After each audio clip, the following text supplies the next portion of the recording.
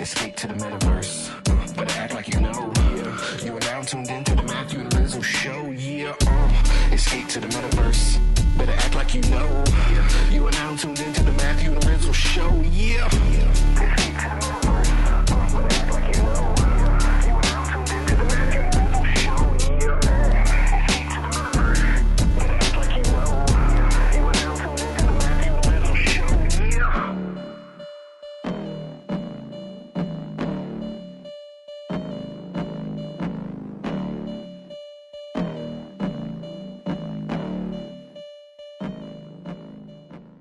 Hey everyone, before we begin this week's episode of the Matthew and Rizzle Show, just want to give a quick shout out to our sponsor, Proof of Beauty.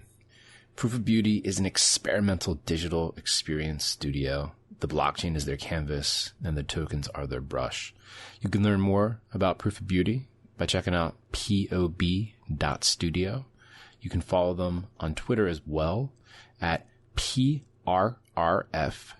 Beauty. That's PRRF Beauty on Twitter and pob.studio on their homepage to learn more about their projects like Hash, London, and Publico. Thank you and enjoy the show. Matthew, welcome to the Matthew and Rizzle Show. 3-year anniversary, motherfucker. Rizzle, welcome to the Matthew and Rizzle Show, man. Yo, thanks, man. So we were just bullshitting about this and decided to just hit record because Dragonate is like rugging us. Currently, we're supposed to be recording with him, but just saw the post today from Brookhawk.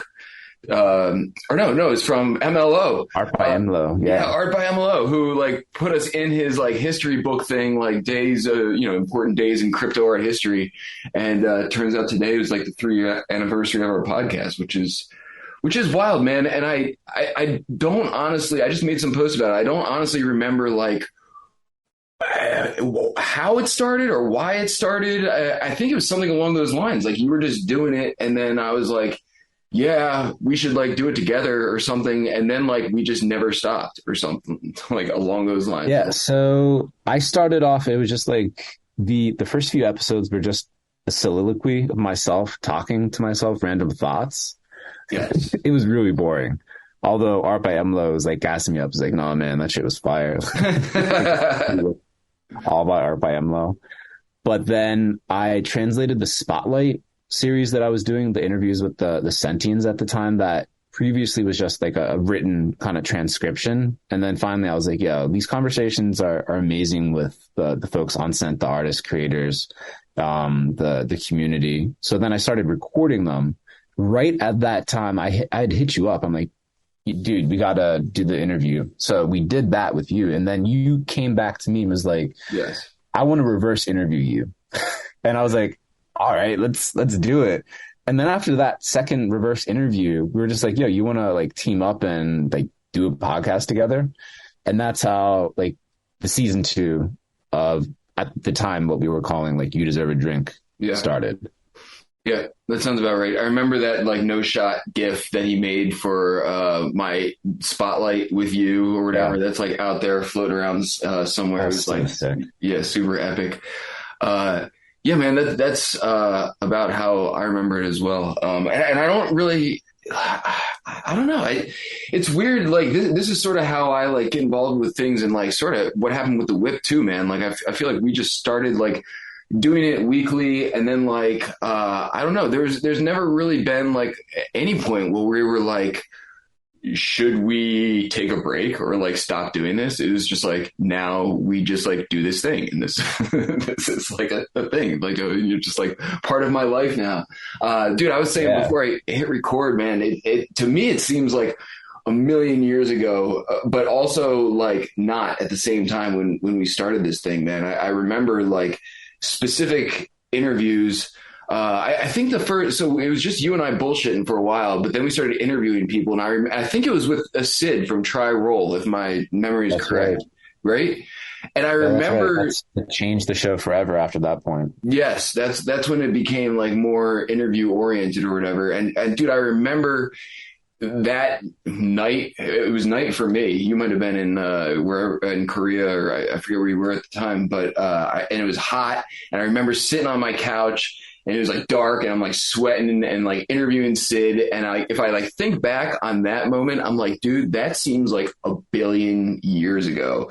Like the onset of like social currencies, and like, the space is just like so nascent. Tri-Roll was like, I don't know, probably one of the first like reasonably well organized projects in the space that had like some legs and gained a lot of traction. That's probably not like totally accurate, but there wasn't a whole lot of like, really well built out platforms. Well, there still aren't, but that was about like the big thing going on at the time. Right. I don't know, man, that seems like so long ago to me.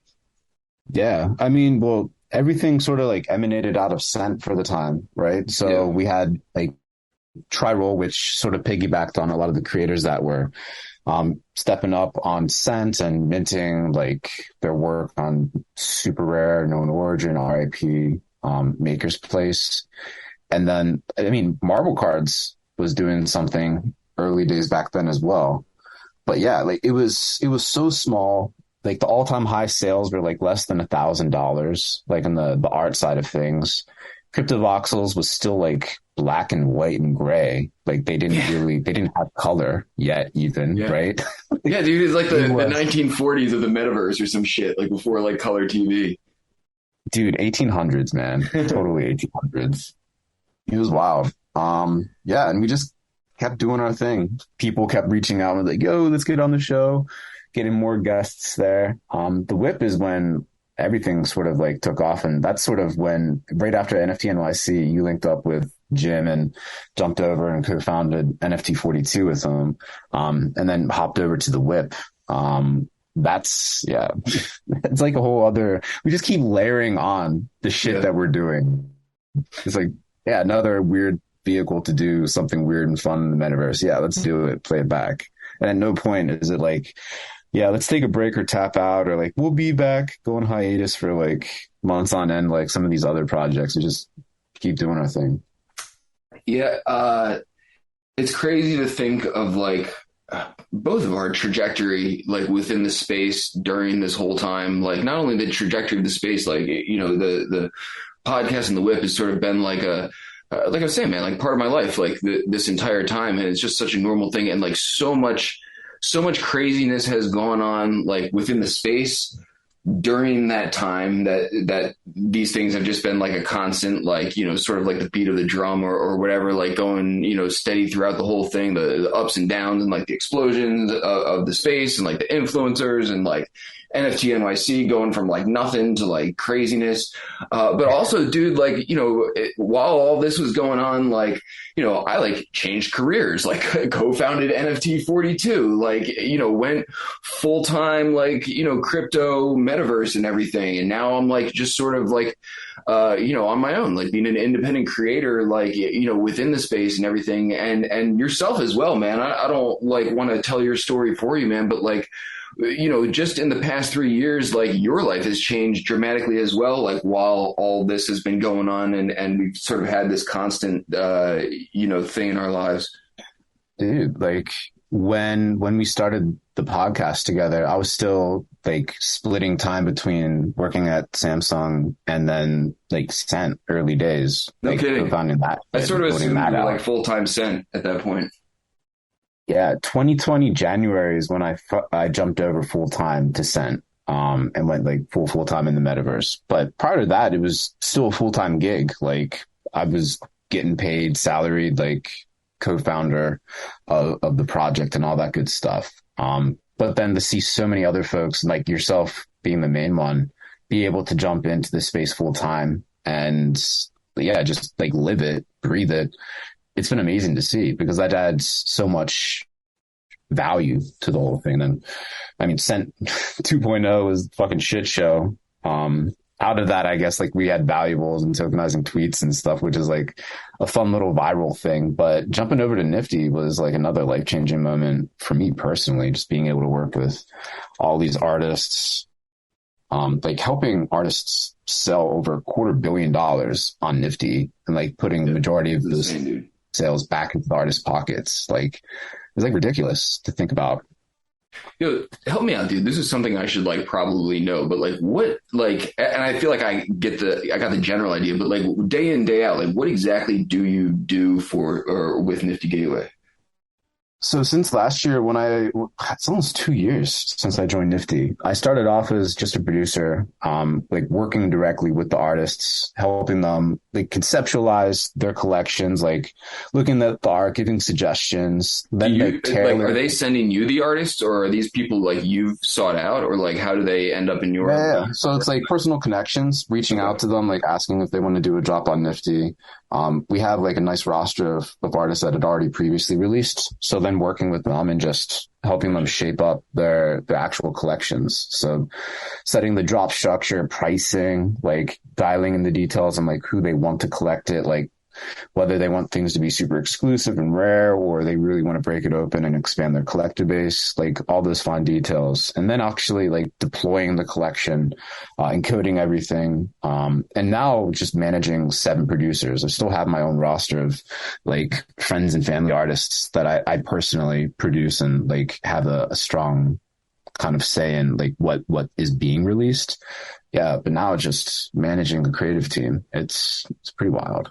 Yeah, it's crazy to it's crazy to think like, when we started doing the podcast, man, that like the concept of that even being like a job or like a thing like that would exist was like so far beyond like where we were at that time. That it's crazy to think like, 3 years later, $250 million or whatever number you just threw out there, and like, managing a team of people doing what we thought was like so far, out of grasp, let alone like just doing it, man. Do you have any like, I know it's always hard to pick favorites, but any like, memorable, like specifically memorable, like artists that you've worked with, or like disaster scenarios, or like any cool Nifty Gateway stories? So with Cody, like the first IRL / digital drop that we did coming out of COVID was with Cody in Venice Beach, Bright Moments Gallery. He had a collaboration with Bauhaus, the rock band. And we had like a nice, cool gallery exhibition / like live auction there in person. It was awesome. Met Trippy Yogi for the first time that night. Oh, I remember seeing pictures of this. Yeah. Yeah, Beer Candid was there. A whole bunch of other just like good people showed up, and it was great. It was one of those moments. It was like, wow, there's something special going on here, and just connecting with them IRL for the first time in a while was great. Then last November, the Pac merge drop, produced that, and that was an epic undertaking. There was a whole bunch of technical innovation we needed to do internally to make sure we could support it. And that drop ended up grossing like $91 million. Yeah. And I remember it was down in Miami at the time. It was during Art Basel. And it was like right at the beginning of a Gemini party. And the drop went live, and it was like every second, $150,000 was being spent per Holy crap. It was just like, it was the most, there's been a lot of mind-blowing moments in this space. That was far and away one of the most mind-blowing moments and projects to be associated with. But there's a lot of other projects, but those are the 2 ones that really, really stand out for me personally. Yeah, understandably, man. It's again, man, just so crazy to think like, back when we started doing this, that even before we started doing interviews, we were just like talking about like, the 12 people out there who are making crypto art or whatever. And, just the scale is just, it's just so staggering, man. And being able to like make a full-time go of it. I can't imagine like ever not doing this. I feel like at this point I'm like too far gone, and like the idea of like possibly re-entering like, the corporate world or whatever to, I don't know. I'm like, I'd do this from like a homeless shelter if I had to. It's too, too fulfilling, man, compared to like what I used to be involved with, which is like a very fulfilling career, but like the ability to just sort of be yourself and express yourself like creatively in like the Web3 environment. I feel like a lot of people fall into the same category, man. It's like, you know, once you sort of like catch the bug, it's like, how do you even go back? I saw a post from like Gary Cartlidge a few days ago, man. I felt bad for the dude. He like, you know, had to get a full-time job. You go back to getting a full-time job. He's like, you know, being a janitor or something, 40 hours per week, just so he could like, you know, make some ends meet and keep making his art and everything. And I'm like, oof, like, you know, I've done some shitty jobs. Not saying that being a janitor is a shitty job or anything that, you know, should be looked down upon, but I know he prefers greatly to be an artist rather than like mopping floors. And I'm like, man, that's like a hard reality to face, like after you get a taste of this. And I think a lot of people sort of fall into his boat too, or are like sort of, you know, scratching their heads like, should I have quit my job during the bull run? I've had some artists reach out to me who like didn't gain a whole lot of traction during the bull run. And they're like, you know, should I still be out here like doing this? And I don't know, for me, I just can't, you know, if push comes to shove, like, yes, I would probably be a janitor versus like, you know, doing this from a homeless shelter or whatever. But I feel like once you sort of get the taste of like this, you know, environment or whatever, it's really hard to think about going back. Oh, 100%. But, and a lot of like, I don't know, I don't want to call it like a secret recipe or something like that, but something that I've observed in other people in the space that have been not just like in NFT land or crypto, they're just crypto generally a long time is really just a nice balance and making sure that they're not over invested or like betting too much in one particular area, but they have their hands in many different pots, so to speak. Whether that's just like different asset classes or just biasing more for like the healthy like artist creator communities, like that sort of thing. Being a part of many different like communities that are like actual real communities, healthy, not focused on like price goes up so much. That really helps you long term. Stay sane, but also not like overextend yourself in any particular direction and risk going like bust and then having to go get like a regular 9 to 5 or something like that. There's a lot of temptation in this space. And I know like, Gary, like just, he wears his heart on his sleeve and like tweets like what's been affecting him and seeing him take like his amazing gains, and he's been gambling. Right. So like, I know there's a lot of issues there. Shit's terrible. You definitely want to make sure you stay balanced and scrape gains and all that good stuff when the tide's up, so then when it goes down, you're not just like left without anything, because that's the absolute worst place to be. But this is a space that, like I was talking to you earlier, Johan, being over here in Korea and Seoul and just seeing what's happening with some projects over here and artists and collector communities. It's amazing, man. Like this is a global fucking movement. How we're thinking about it and seeing it and like the high points on our side of the world is really translating to this side of the world with a whole different group of collectors and artists and participants. Like this is a worldwide movement. And yeah, it's summer right now. It feels slow in the quote unquote like new crypto winter or bear or whatever you want to call it. But like this winter, this bear is dramatically different from like 2018, 2019 ice age that we went through, where there's like nothing going. Like now there's a lot of different bright spots, mainly like the heart and soul of the artists and like real builders in the space that are really starting to be a little bit more conspicuous and easy to see now that all the froth is sort of like fading away. But yeah, man, I can't imagine being anywhere else at all. This really is a space to be in. Yeah, dude, it's crazy to see again, man, the trajectory of some of these builders who were very early on. Leandro is like the first person who comes to mind. Yeah. Him and George were like out here so early, building like crypto motors, and then like spun up like Voxel Architects. They built the Metallithic campus, and like now like they run like multiple companies. They just had that like rare Gachi drop and everything, and they're like out here doing big things, and it seems like most of the people who put their time in and were like, grinding hard during the bear market, like even before we really knew like what any of this is, have been able to do what they want within the space, which is cool to see like people's passion get rewarded like that. Because dude, I've actually been thinking about this.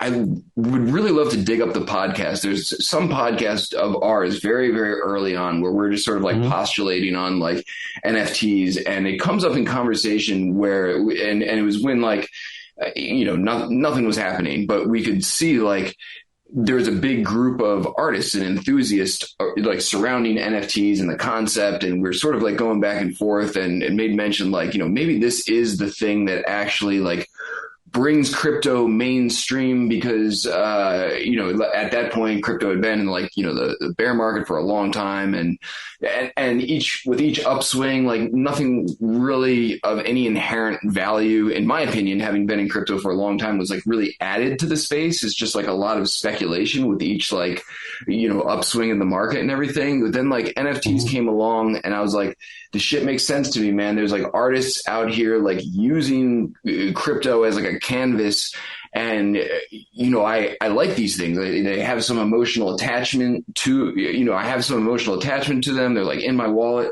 and everything, and you can see how this would sort of unfold. But man, to go to that first NFT NYC post COVID compared to the one like pre-COVID, and seeing like, all the billboards and shit with like NFTs everywhere. I'm like, man, to think that we like pretty much like called it and like saw it coming from like so far off. Like, I don't think anyone called it like, ramping up this quickly, but I'm like, dude, we called that shit. There's a good soundbite out there somewhere. No, like a lot of our, like when it was just you and I dialoguing and riffing, we had a couple of different moments where we're really like spot on in our predictions, and like calling out like what the real like secret sauce is. Because for a while, like everyone was just doubting like the artists and the creators and stuff like that. Yeah. I think they were looking at like social tokens, like going back to Sid and Tri-Roll, like trying out these like DeFi-esque bets in the space. And it was just like, nah, like we saw it like on the ground, like ground zero on Cent, with like what was gaining traction there and what was exciting people. Fucking artists, basically. Yeah, it sticks, man. I mean, it's and it makes perfect sense. I don't think anyone expected the run up, man. But dude, I told this story like a million times of you making that purchase of the Da Vinci a lot of money piece, and I really feel like that was like the number, the 4-figure number that you put down on it is like, that was like a psychological thing, and for a lot of people in terms of like what value these pieces of art hold, but dude, I feel like as soon as that happened, like that was like the catalyst, like the lid got blown off the crypto art scene, and all of a sudden like what seemed like a crazy bid from you 1 week. Do you have any idea how quickly it was surpassed? I know it was like a record sale for a minute there, but I don't think it lasted like too long. No, so like 3 weeks prior, Comlin had the then all-time high purchase price for the Matt Cain piece that he scooped up. Then I came in, it was like $1,700 for the St. Nakamoto. And then I think it was 2 or 3 weeks later after that when Whale Shark came in and had a 5-figure purchase. And then it was like him and Moderats going at it. Yeah. And then a few months later after that, that's when Coborn and Pablo came on the scene. And like the middle of the summer, like 2020 is when they had like Pac had some big mid to high 5-figure sales.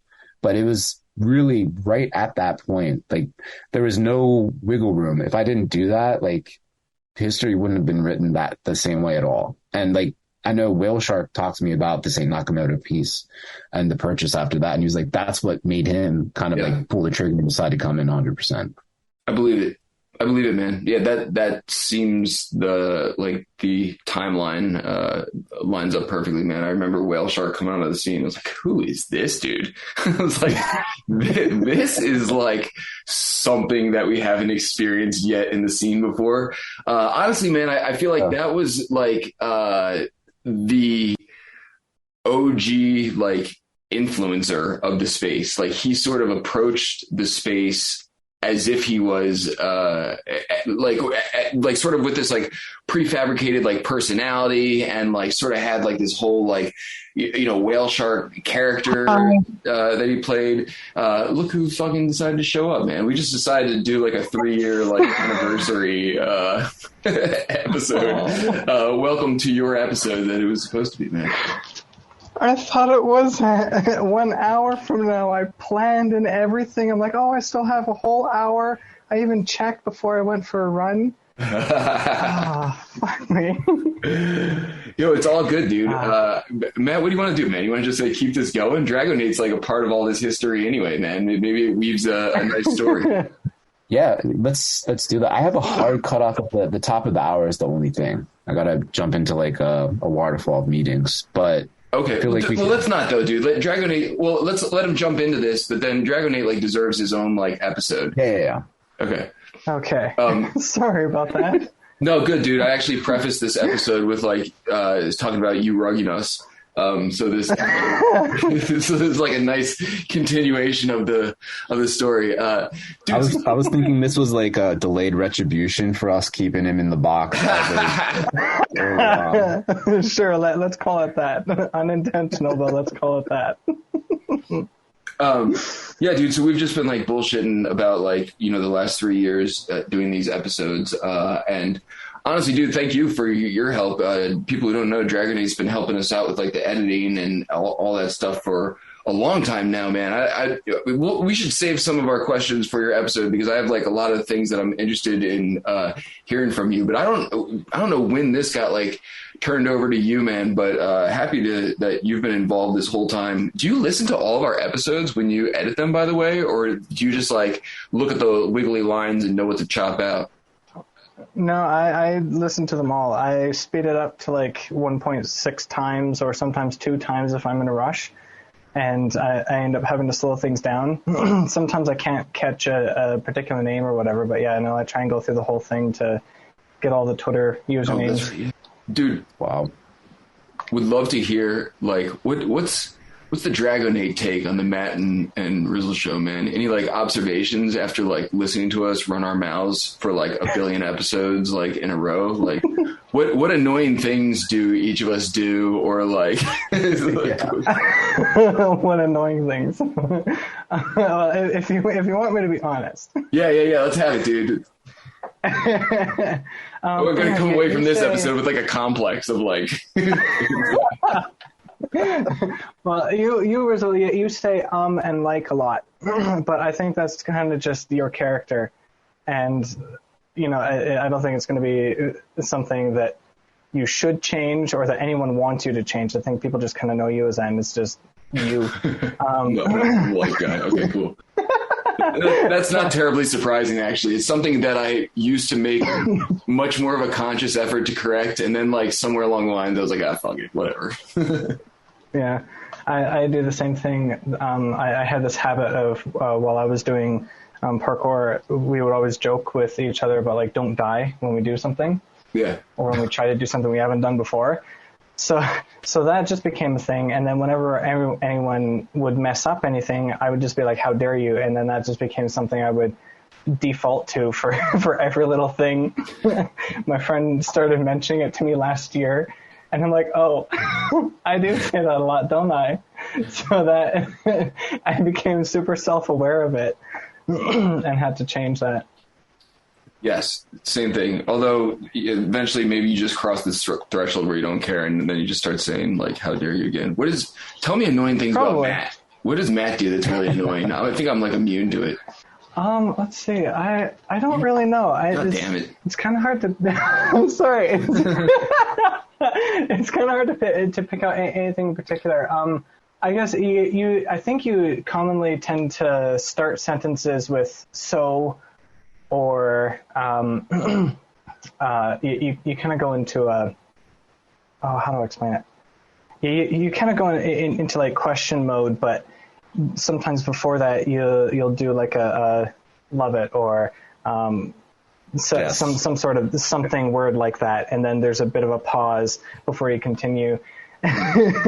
Oh, dude, yeah. I've got a good one that I've noticed that Matt has started doing recently. We're gonna give Matt a complex if we must. Matt, when we start out our interviews, Matt has I think he's done this for maybe 8 to 10 episodes in a row. You'll have to go back and check, but he asks our guests for a potted history of their whatever.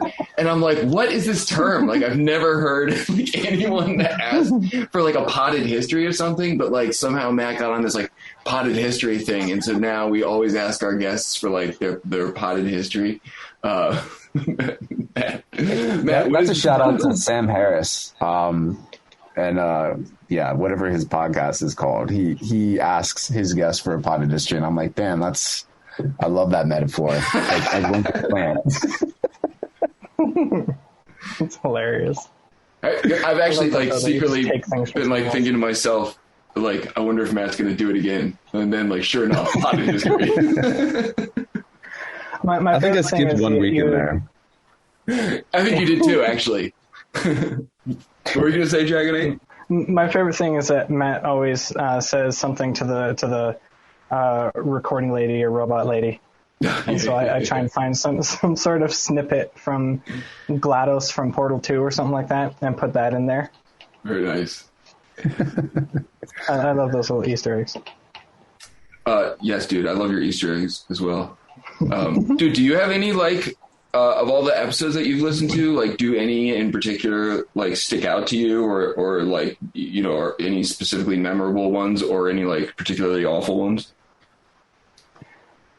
I think if I really think back to it, I can think of most of them being memorable. I think definitely the ones with the Whip Crew are the most memorable. Yeah. So far, yeah. Sandy, Carolina, Foxy Yoga so far. Any others? I don't know. Oh, POAP. POAP is a big one with Patricio. Any awful ones? I don't think so. I don't think there were any particularly horrible ones. There was one that was particularly difficult to edit that took a long time just because there were so many pauses and such. But not a huge deal. Yeah, we've had a couple wet towels, if we're being honest. Wet towels. I think that's expected, to be honest. You're always going to have, not every episode can always be the best. Yeah, dude, so, I think a little bit of a groove that Rizzle and we've got into, with bringing guests on. There's not so much to make a value judgment about the guests themselves, but bring them on, have a human conversation, and then let the audience be to the judge of are these people legit or are they fucking scammers? And normally the biggest clarifier is when Rizzle does the infamous shakedown. And there's been a couple guests who've been super evasive and have given us non-answers for what they've been collecting, and it's just these people not gonna make it. Yeah, the empty wallets. We have the terms is this? So Matt and I not every episode, but sometimes we have a side conversation going on just to sort of keep pace with the episode and ready to wrap up. Yeah, that kind of thing. But every now and again we have guests on and Matt and I are dialoguing back and forth with this seems like an empty wallet. This guest right here. I bet when we ask them what they're collecting, they got nothing. This type of thing. Realness check for the space. But dude, so Dragonate. So can you tell, man? So we've had. Matt and I do a decent job of like vetting the people who come on our podcast. A lot of them are like recommendations from other people or whatever, which is cool.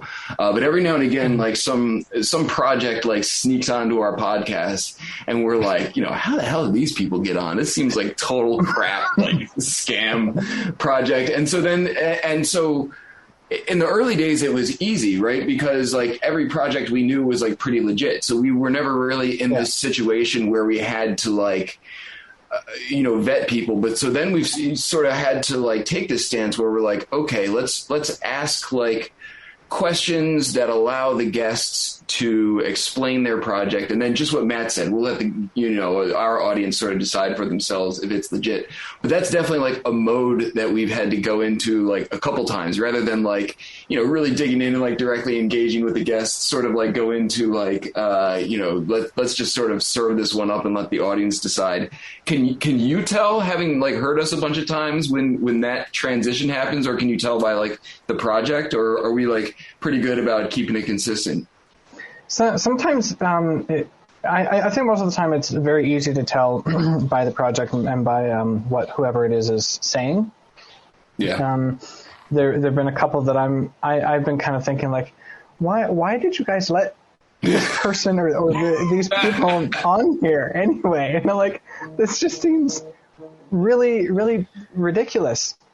But at the same time, I'm just like, well, I mean, at the very least, you guys, what I like about you guys is you don't just go like, oh, hey, this is amazing, and get so into anything anyone is talking about. Like, you ask questions, you have a conversation, you let them explain, but you just kind of, you don't try to sway the audience or even your own opinions one way or the other in the podcast. So I think you guys do a really good job of staying neutral. Yeah, I appreciate that, man. It's certainly like a conscious effort on, I think, both of our parts, but also I feel like the right thing to do. You know what I mean? We have like a voice in this space. Oh, for sure. Don't want to be seen as like, the platform people hop on to like, despite the fact that we get like some people showing their stuff or a lot of people with like projects, but it's more about like presenting information or whatever. So anyway, man, I'm glad that translates. But yes, dude, after, doing these things weekly for 3 years, every now and again, some randos hop on who are Matt and I are saying the same thing. Like, how the hell did these people end up here? And what do we do with one? What do we do with them? Every now and again, we just like flag them early and we're just like, all right, shake down. You have managed to trap yourself in this room. Oh, I heard Robot Lady. I heard that for the first time. Right? Yeah, me too. Yeah. Oh, perfect. So this is like an impromptu episode. I know Matt's got a hard stop at the top of the hour, so we should probably like start reeling this thing in now that, and we'll record Dragonate's episode properly. But it was very nice for you to hop in, man, and actually like perfect with the banter that we were already having. Matt, dude, is there anything else we should say, having done this for 3 years now or whatever, or talk about before we wrap this up? Just big shout out to all of our listeners. Big shout out especially to Fox Yoga, who's done an amazing job bringing together live community every Wednesday, Token Smart Discord for a live Matthew and Rizzle show listening party. I think that has been one of the most amazing parts of this, to see the numbers, and to see the people interacting and getting the pull-ups of our episodes. It's really cool, and being able to meet up with some of our super fans, listeners, who are like themselves like big figures in the space doing like great things. It's just all love. Constantly hearing people saying like that like our show had helped them kind of like find the way in the early days when there's very, very little public visible figures that they can listen to or hear that like knew what they were doing in the space. So I love it, man. Like we played our role in history and we're still here doing our thing, getting bigger. And everyone just stay tuned for what's to come. Rizzle and I and the whole Whip crew, to be honest, cooking up big things and really excited for what the future holds for all of us. it's pretty surreal still when like people I look up to within the space like come up to me and say like our podcast got them into the space. Like that like never gets old and is yes very surreal. Fun fact, man, that I don't think I ever told you before. So when we started doing those listening parties and I don't know if that was like a thing. Like, I don't know if anyone else was like doing that or if we like, I don't want to say like we invented that or whatever, but I'm like, I'm pretty sure we invented it though. Was that? We invented it. Yeah. First ever listening party, done by us. But dude, when we started doing them, I had started working for NFT 42 and I was like, if we're going to do these listening parties, I should like, take notes of like some metrics, like, how much attendance is increasing each week or whatever, which I like did a terrible job of after like the first like 4 weeks or whatever. Like, fuck it, I don't even care. Like, we just like, I'll just pull the info if I have to or whatever. However, I have this spreadsheet somewhere with like the attendance numbers from like the first 4 listening parties. And it was like 8, like 12, 17, like something like that. It's like, and we were just doing them for the sake of like doing them to like have content going on in Discord. And like, I don't know, what are some of the most recent numbers? Like 500, 400, 350, depending on like the guests. So it's kind of crazy. It's so insane. Dude, should I like shake you down or something? What are you collecting? What's in your wallet, dude? You guys shake each other down. Yeah. Let's see what you got, like man. my most recent, I'll just talk about what I collected recently. Got a couple Ghost PFPs, Drunken Redskin trait from the Ghost Project, Mr. Misong, one of my favorite personal artists and like the biggest digital artist in Korea, is the lead artist on that project. And then I collected what Cody did. So in POC, in Ash 2, this project that was released at the beginning of the year, there's like 25 artists came together. They released like 25 different pieces, but the catch is that you can burn 4 or 5 editions and then they change the base piece that an artist created into something that's like evolved. You can evolve an artist's work. So Cody had like a moon work, whose Life is Hard, and then you could evolve it into something that turned it into Life is Good. So I bought both of those pieces recently, completing the set there. So within that collection, I have Sarah Zucker's The Cup Runneth Over, and then the unmorphed version of that as well. So just kind of fallen in love with that project recently. Other than that, God, you can go to my OpenSea or my Nifty Gateway profile or Tezos and see what I've been collecting. Art blocks, a lot of generative art, really just heavy into the art side of things. Anyone that I'm producing on Nifty Gateway, I like to collect a piece of their work. But yeah, how about you, dude? What are you collecting? A little bit of everything, man. I've actually like dialed back a little bit on the amount of NFTs I've been buying and like sort of gotten back to my roots of like tinkering with things a bit more than I had been when I was like just sort of like full on collecting like all the time or whatever. So yeah, man, there's like Rara came out with their thing. I was like tinkering around with that. There's like a couple we were just talking about like Hudlin and like, whatever Scent has like morphed into. I'm like, sort of tinkering around with these things as well. So most of my purchases have honestly been like my own stuff that I've been involved with lately. The on-chain chains, I own like a ton of those, and the fly frogs, of course, and everything. But my whole like collection strategy has always been similar in terms of like just sort of like digging through the bottom of like OpenSea and like Object and, finding artists that are like doing cool stuff at like, stupid low prices and just sort of like accumulating stuff that I like, man. That's sort of like how I started in this space anyway, just like finding things with like funny eyeballs. And like there's a Japanese artist, Koshimo, who I like stumbled across, who like does a lot of like really cute, like looping animations, Miguel Garest style, that kind of thing, which I'm a big fan of. Yeah, man, been tinkering a lot lately, which is fun, man. I feel like people are like back to building interesting stuff. I play with my Aavegotchi daily or whatever. I lend them out and like send them to do things or whatever. I don't know, getting back to like the really fun stuff while like also collecting on the side.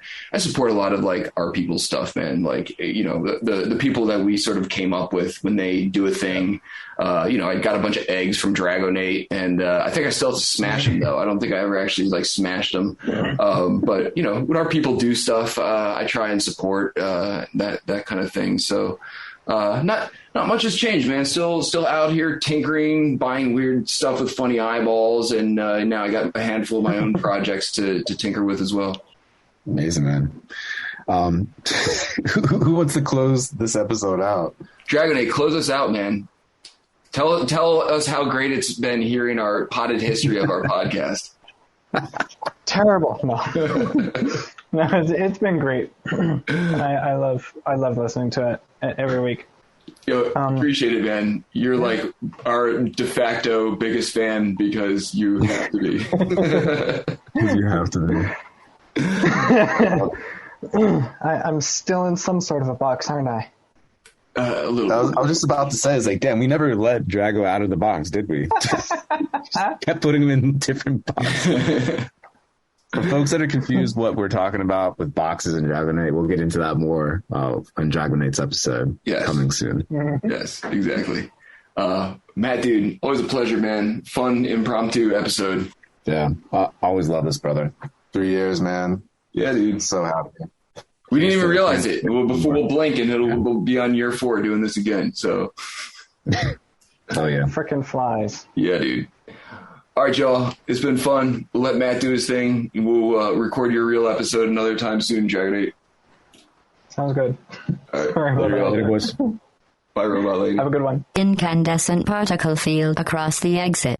Hey everyone, thanks for listening to this week's episode. Just want to give a quick shout out to our sponsor, Proof of Beauty. Proof of Beauty is an experimental digital experience studio. The blockchain is their canvas and the tokens are their brush. You can learn more about Proof of Beauty by checking out pob.studio. You can follow them on Twitter as well at PRRF Beauty. That's PRRF Beauty on Twitter and pob.studio on their homepage to learn more about their projects like Hash, London, and Publico. Thank you, and see you in the next episode.